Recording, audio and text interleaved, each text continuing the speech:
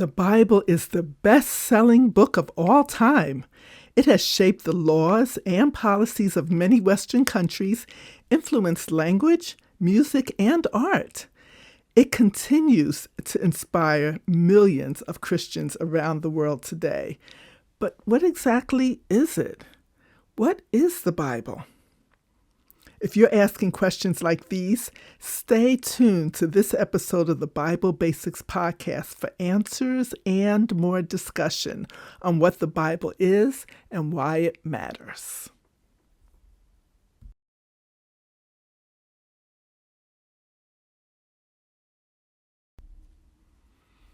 Well, welcome everyone. I'm your host, Jacqui Adewole, and this is the Bible Basics Podcast, where weekly we break down the basics of the Bible into understandable, bite-sized chunks. Have you ever wondered what makes the Bible so different from other books? At first glance, it might look like any other book, but with its intimidating size, you may feel a bit overwhelmed. And with its stories talking about events that happened thousands of years ago, you might wonder if it's still useful today. But the truth is, people in every generation have found its message indispensable. Its influence on individuals and society over the centuries has been enormous. We're often told to read, study, memorize, meditate on, and know the Bible. But rarely do we stop and actually explain what the Bible is. Well, I'm excited to share with you what I've learned, so let's dive in. Most people think of the Bible as a book, like a long and complicated novel with too many oddly named characters and not enough plot. Pick up a Bible. Look at it in your hand. No question about it, it's a book. But it's vastly more. The Bible is not a single book, but an anthology, a collection of many books. And in a broader sense, it's not just an anthology of shorter works, but an entire library.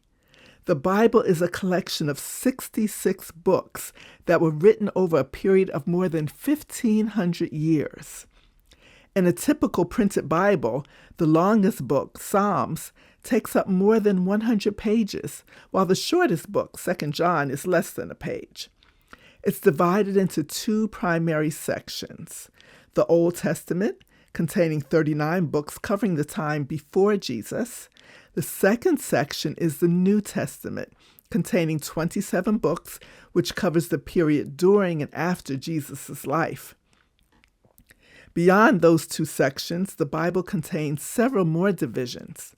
The Pentateuch, which is the first 5 books, the historical books, the poetry and wisdom books, the books of prophecy, the Gospels, and the letters, which are also referred to as the epistles. And get this, more than 40 different people wrote the various books of the Bible in 3 different languages, Hebrew, Greek, and Aramaic. Curiously enough, none of the men who wrote the books of the Bible wrote for a living. Some of the writers were rich, some were poor. Among them were kings, poets, prophets, musicians, philosophers, farmers, teachers, a priest, a statesman, a sheep herder, a tax collector, a physician, and a couple of fishermen. They wrote in palaces and in prisons, in great cities and in the wilderness, in times of terrible war and in times of peace and tranquility.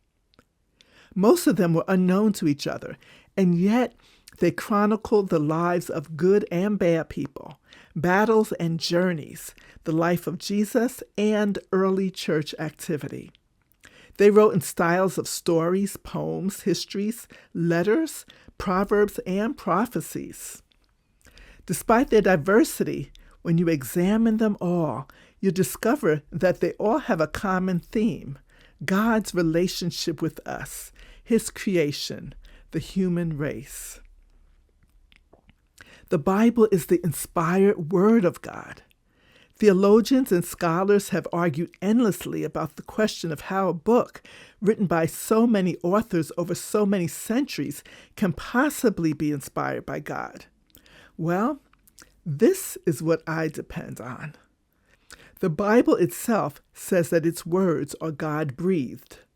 Sometimes God told the Bible writers the exact words to say, but more often he used their minds, personalities, vocabularies, and experiences to produce his own perfect infallible, which means accurate, and inerrant, which means without error. His own perfect, infallible, and inerrant word. And that's what makes the Bible different from any other book.